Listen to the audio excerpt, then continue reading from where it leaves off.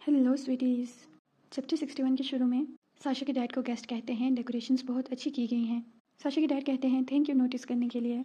एक गेस्ट पूछती है आपने किस वेडिंग प्लानर को यूज़ किया है। साशा के डैड स्माइल करके कहते हैं मैंने सब कुछ प्रिपेयर किया है from start to end. After all ये मेरी बेटी की शादी है। और ऐसे ही साशा के डैड उन गेस्ट में बात होती रहती है।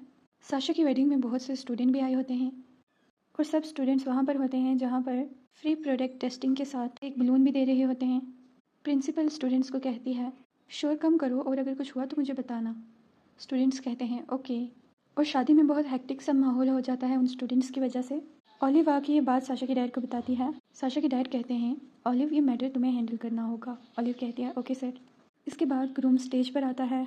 ग्यूम बिल्कुल भी ग्रूम की तरह तैयार नहीं हुआ होता। लाइक यू कैन सी ये ग्रूम की तरह तो लग ही नहीं रहा।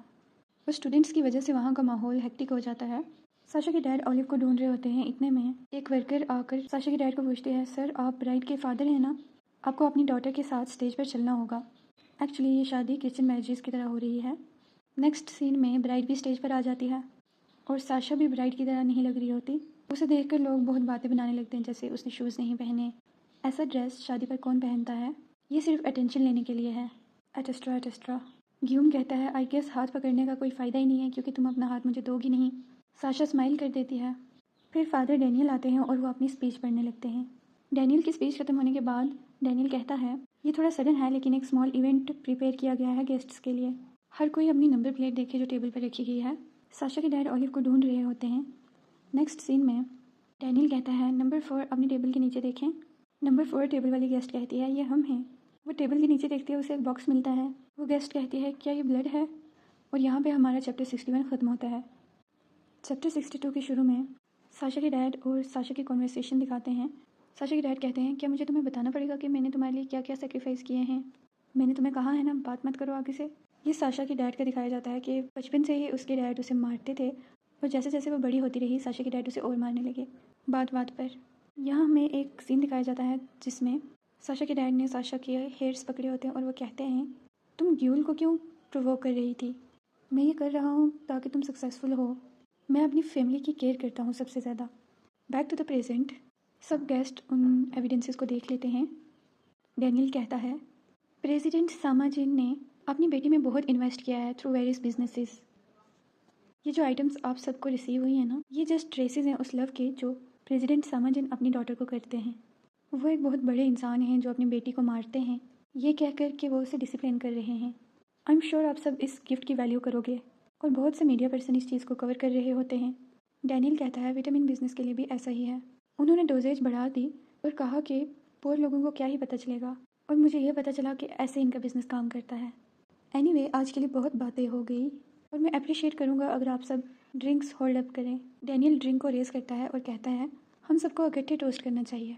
डैनियल और साशा टोस्ट करते हैं चेयर्स और वो दोनों अपनी ड्रिंक पी लेते हैं। डैनियल कहता है आप सबके रेफरेंस के लिए बता दूं आज की जो रिफ्रेशमेंट अल्कोहल या बेवरेजेस हैं उनमें 90% से ज़्यादा होप विटामिन है जो चेयरमैन सामाजिन ने डेवलप किया है। आफ्टर सम टाइम डैनियल और साशा दोनों की हेल्थ ख़राब होने लगती है और वो दोनों वॉमिट करके आई थिंक बेहोश हो जाते हैं। वहाँ पर गेस्ट में पैनिक शुरू हो जाता है। बहुत सारे लोग कहते हैं कि हमने भी ये पी थी। इतने में फायर अलार्म बजता है। असिस्टेंट डायरेक्शन देती है एस्टीम्ड गेस्ट बिल्डिंग में फायर लगी है तो आप सब बाहर जाएं उस तरफ। फायर की वजह से गेस्ट और भी ज़्यादा पैनिक हो जाते हैं और वो बाहर जाने के लिए रश करने लगते हैं। ग्यूम को भी असिस्टेंट बाहर लेके जाती हैं। ग्यूम कहता है मैं डॉक्टर हूँ मैं उसे फर्स्ट एड करने वाला हूँ। आफ्टर अ वाइल साशा और डैनियल दोनों उठ के बैठते हैं। डैनियल पूछता है कि तुमने आग लगाई है। साशा कहती है नहीं। सो वो वॉमिट करना ड्रिंक पीना ये सब उनका प्लान होता है लेकिन उन्होंने फायर नहीं लगाई होती। और यहाँ हमारा चैप्टर 62 ख़त्म होता है। चैप्टर 63 के शुरू में उस हॉल में भी आग बढ़ रही होती है। डैनियल कहता है साशा चर्च के डोर और विंडोज़ लॉक्ड हैं। साशा सोचती है मैंने कभी भी नहीं सुना कि चर्च की इतनी टाइट सिक्योरिटी होती है। क्या ग्यूम ने ऐसा किया है। नहीं ग्यूम ऐसा नहीं कर सकता। हो सकता है ये मेरे डैड ने किया हो या फिर हो सकता है ऑलिव ने ये किया हो। इतने में डैनियल कहता है साशा हमें यहाँ से निकलना होगा। साशा कहती है आज के दिन मुझे सोचना नहीं चाहिए आज मुझे हर चीज़ से खुद को फ्री करना है। साशा कहती है ये नहीं खुल रहा। डैनियल कहता है ये भी नहीं खुल रहा। साशा पूछती है तुम्हारा फ़ोन कहाँ पर है। डैनियल कहता है वो मुझे दूसरी बिल्डिंग में रह गया था जब मैं क्लॉथ चेंज कर रहा था। साशा कहती है मेरे पास भी फ़ोन नहीं है। साशा डैनियल से पूछती है क्या तुम्हें गर्मी लग रही है। डैनियल कहता है ऐसा नहीं है मैं बस तुम्हारे बारे में परेशान हूँ। वो कहता है, मैंने पहले विंडो तोड़ने की कोशिश की लेकिन वो नहीं टूटी। इवन कि मुझे लगा कि मैं स्ट्रॉन्ग हूँ। साशा उसे कैजुअली पंच करती है आर्म पर। डैनियल कहता है, ग्यूम का रिएक्शन देख के ऐसा नहीं लगा कि उसने ये किया हो। साशा कहती है, हाँ, आई एम ग्लैड कि मैंने चिल्ड्रंस को दूसरी बिल्डिंग में भेज दिया पहले।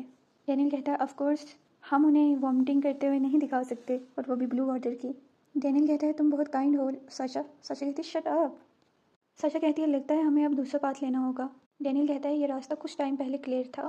प्रोबेबली 911 को कॉल तो कर दिया होगा और फायर ट्रक भी आ ही रहा होगा। तब तक के लिए हमें सर्वाइव करना होगा साशा। और वह दोनों दूसरे रास्ते से जाने लगते हैं। इतने में साशा को उसकी मोम की कैमिसोल दिखती है और वह वहाँ रुक जाती है। डैनियल जब पीछे मुड़ के देखता है तो वहाँ पे साशा नहीं होती। वो साशा को इधर उधर ढूंढने लगता है अलग अलग रूम्स में, लेकिन डैनियल को साशा नहीं मिल रही होती। डैनियल बहुत वरीड हो जाता है और यहाँ हमारा चैप्टर 63 ख़त्म होता है। चैप्टर 64 के शुरू में साशा के डैड साशा से पूछ रहे होते हैं, तो तुम ये कह रही हो कि आज जो भी हुआ वो तुमने प्लान किया हुआ था और तुमने ही डायरेक्ट किया? साशा कहती है, एग्जैक्टली, मैं आपको कितनी बार बताऊँ कि आपको ये समझ नहीं आता। साशा के डैड इस स्टेट में भी साशा को मारते हैं। वो साशा से पूछते हैं, तुमने क्या थ्रेट दिया है प्राइस को कि वो तुमसे कोऑपरेट करे? मुझे लगता है तुमने किया है कुछ उसके साथ। साशा हंसने लगती है और वह कहती है, साशा कहती है, क्या आप इस बात से डर रहे हैं? क्या आपको लगता है जोहान आपके सिंस माफ़ करवा सकता है? क्या आपको ये लगता है कि आपको माफ़ी मिलेगी अपनी कॉन्शियस को मनी के लिए बेचने के लिए? क्या आप डरते नहीं हैं कि लोग जिन्होंने आपका विटामिन होप लिया है उनको साइड इफ़ेक्ट्स भी होंगे? और क्या आपको गिल्टी फील होता है मेरी मोम को निगलेक्ट करने के लिए और उन्हें डॉल की तरह इस्तेमाल करने के लिए? और क्या आपको ये लगता है कि जोहान भी डॉल की तरह रहेगा आपके साथ? जिस ओनर की आप इतने सालों से बात करते हैं, कोई भी जिसके पास रियल ओनर होता है वो ऐसा नहीं करता। अपना हाथ अपनी चेस्ट पर रख के सोचें कि आपकी बेटी को भी पता है कि आप कितने बुरे पर्सन हैं। ये सब बातें सुन के साशा के डैड बहुत गुस्सा हो जाते हैं। साशा के डैड उसके बाल पकड़ के कहते हैं, मैंने अपनी पूरी लाइफ ऑनर के साथ जी है। तुम्हारी हिम्मत कैसे हुई मुझे लेक्चर करने की? क्या तुम्हें लगता है इतने छोटे से इंसिडेंट से सब कुछ ख़त्म हो जाएगा? क्या तुम्हें नहीं लगता ये पहले हुआ होगा? तुम दूसरों की हेल्प लेते हो उन्हें थ्रेटन करके। क्या तुम्हें लगता है प्राइस ने तुम्हारी इसलिए हेल्प की क्योंकि तुम्हारा फेथ अच्छा है?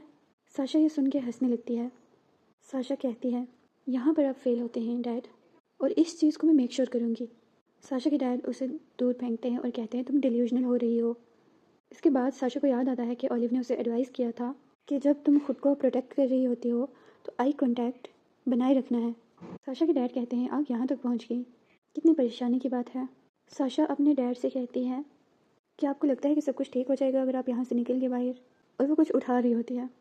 साशा के डैड कहते हैं, क्या ही कर सकते हैं अब। साशा को ओलिव की बात याद आती है कि ऐसी सिचुएशन में एक ओपनिंग होती है। इतने में डैनियल डोर पर नॉक करने लगता है। साशा उस स्टिक को उठा के उससे अपने डैड पर अटैक कर देती है और यहाँ हमारा चैप्टर 64 ख़त्म होता है। चैप्टर 65 के शुरू में चर्च के बाहर का सीन दिखाते हैं जहाँ पर ग्यूम ओलिव को देख के कहता है, हे, क्या ये तुमने किया है? कुछ बोलो। ओलिव कहती है, ये मैंने नहीं किया। ग्यूम कहता है, फिर और कौन कर सकता है? मिस साशा तुम्हारी वजह से हैं अंदर। तुम क्या सोच रही थी? तुमने फायर लगा दी मुझसे पूछे बिना। ओलिव ग्यूम का हाथ पीछे करती है और कहती है, मैं सिर्फ मिस साशा को सर्व करती हूँ, तो मुझे डिस्टर्ब मत करो। वो अपने फेस पर रुमाल बांधती है। ग्यूम पूछता है, तुम कहाँ जा रही हो? ओलिव कहती है, अगर तुम क्यूरियस हो तो मुझे फॉलो करो, अगर तुम्हारे पास करेज है तो तभी फॉलो करना। नेक्स्ट सीन में डैनियल साशा को फ्लोर पर पड़े हुए देखता है। वो उसे कवर करता है और फिर उठाता है।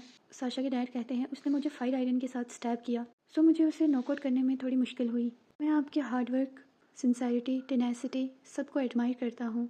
आपके जैसा पर्सन एक राइट हैंड मैन होना चाहिए, या फिर उससे भी ज़्यादा। साशा के डैड डैनियल को उसके साथ मिलने के लिए कह रहे होते हैं, यानी शामिल होने के लिए कह रहे होते हैं। डैनियल पोलाइटली ये ऑफ़र ठुकरा देता है और वहाँ से साशा को लेके आने लगता है, लेकिन साशा के डैड उसे रोक लेते हैं। वो कहते हैं, आपकी क्या कंडीशंस हैं? क्या आपको हाउस चाहिए, मनी चाहिए, या फिर कार, या फिर स्पॉन्सरशिप? आप मुझे बताएं, मैं आपको सब कुछ दे सकता हूँ। फादर, आपने मुझे क्रॉस भी तो दिया था ना, मैं आपको सब कुछ दे सकता हूँ, आप गुस्सा मत हों। साशा के डैड डैनियल को कहते हैं, फादर, मैं डर की वजह से आपके साथ क्लिंच हो रहा हूँ।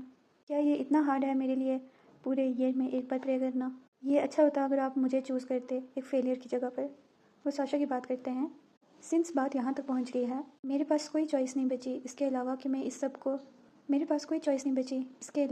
कि मैं सब कुछ ब्लो अप कर दूँ चर्च के साथ। मुझे इससे कोई भी बेनिफिट नहीं होगा अगर ये सब कुछ ऐसे ख़त्म हो गया। मैंने गैस इंस्टॉल करवाई थी बेसमेंट से टॉप तक, और ये सब कुछ एक्सप्लोर हो जाएगा एक बटन को प्रेस करने से। मैंने ये सब इसलिए नहीं प्रिपेयर किया था, लेकिन अब मेरे पास कोई चॉइस नहीं है अदरवाइज़। साशा के डैड डैनियल को धमका रहे होते हैं। डैनियल कहता है, साशा की लाइफ में आपने आज के बाद मुदाखलत नहीं करनी। अगर आप अपना प्रॉमिस निभाओगे तो मैं आपके लिए प्रे करूँगा। एडिशनली आपको ये भी गारंटी करनी पड़ेगी कि हम यहाँ से बाहर सेफली जा सकें। साशा के डैड कहते हैं, जैसा कि आपसे एक्सपेक्टेड था फादर, आप अक्लमंद हैं। मुझे अच्छा लगा आपका टैलेंट देखकर। इससे मैं अपने गिल्ट को भी कम कर सकूँगा जिनकी वजह से मुझे नाइटमेयर्स आते हैं। डोंट वरी, मैं अपना प्रॉमिस निभाऊंगा। डैनियल को याद आता है कि साशा ने उससे कहा था, जोहान वो तुम्हें अपनी साइड पर लेने के लिए बहुत डेस्परेट हो जाएंगे। साशा के डैड, लेकिन जो भी वो कहते हैं 99% उसमें सब झूठ होता है। ये स्ट्रेटजी रिपीट करना, पहले उन्हें डिस्करेज करना और फिर भाग जाना, एग्जैक्टली ह्यूमिलेट करना उन्हें। डैनियल ने उस टाइम पे कहा होता है, हाँ मैं यही करूँगा। साशा कहती है, अनलेस कि ये इंपॉर्टेंट ना हो जाए तो मैं अपने गुस्सा नहीं दिखाना। डैनियल कहता है, मुझे तो वही करना है जो मैं करता आया हूँ। साशा कहती है, हमें केयरफुल रहना होगा। तुम्हें मेरे डैड को ज़्यादा से ज़्यादा इग्नोर करना है। हो सकता है लास्ट पर तुम उनके साथ अकेले रह जाओ, तो इसलिए मैंने ये सब तुम्हें बताया है ताकि तुम पहले से प्रिपेयर कर लो। Back to the present, Daniel ने साशा को होल्ड किया होता है और वो मन में सोचता है, आई एम सॉरी साशा, लेकिन मुझे ये तुमसे सीक्रेट रखना होगा। एक्चुअली मैं खुद से उन्हें पनिश करना चाहता हूँ। और यहाँ पर हमारा चैप्टर 65 ख़त्म होता है। Stay tuned for